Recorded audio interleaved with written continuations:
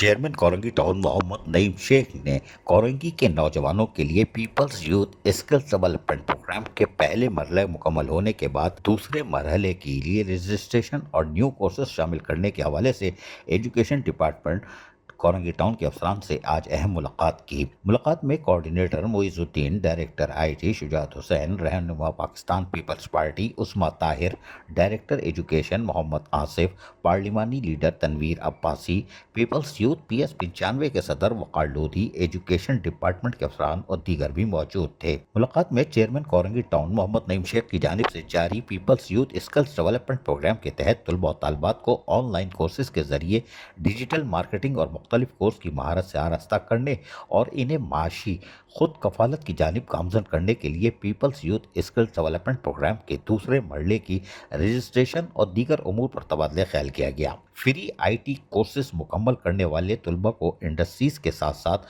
मुंसलिक किया जाएगा ताकि वो अमली मैदान में अपनी सलाहियतों का मुजाहरा कर सकें। ये बात नईम शेख ने दौरान गुफ्तगू की इजलास के दौरान उनका कहना था कि काटी और दीगर इदारे भी कोरंगी टाउन के इस peoples youth skill development programme से निकलने वाले तलबा और तालिबात पर गहरी नज़र रखे हुए हैं, जहां पर उनको मुख्तलिफ कोर्सेज की तकमील को अब मुकम्मल किया जा रहा है और उन्होंने खुद दौरे भी किए थे। यकीनी तौर पर कोरंगी टाउन का ये कारनामा है नईम शेख के मुताबिक कि उन्होंने कोरंगी टाउन के तलबा और तालिबात को इस तरह कोर्सेज से उनकी राहवार की है कि उनके मेयार ज़िंदगी को बुलंद किया जा सके। यही वजह है कि आज भी कोरंगी टाउन के इस peoples youth skill development programme के पहला मरहला तो मुकम्मल हो गया, लेकिन दूसरे मरहले के लिए रजिस्ट्रेशन का अमल बहुत तेज़ी से जारी है। अभी ये ऐलान कर रहे हैं और तलबा और तालिबात कोरंगी टाउन के जोग तरचोग इस प्रोग्राम में शिरकत करने के लिए और अपने दाखिले के लिए आज भी जस्तजू करते दिखाई देते हैं।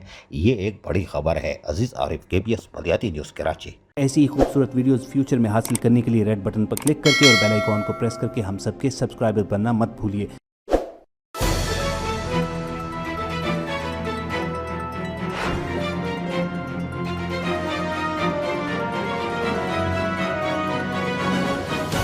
KBS बलियाती न्यूज़।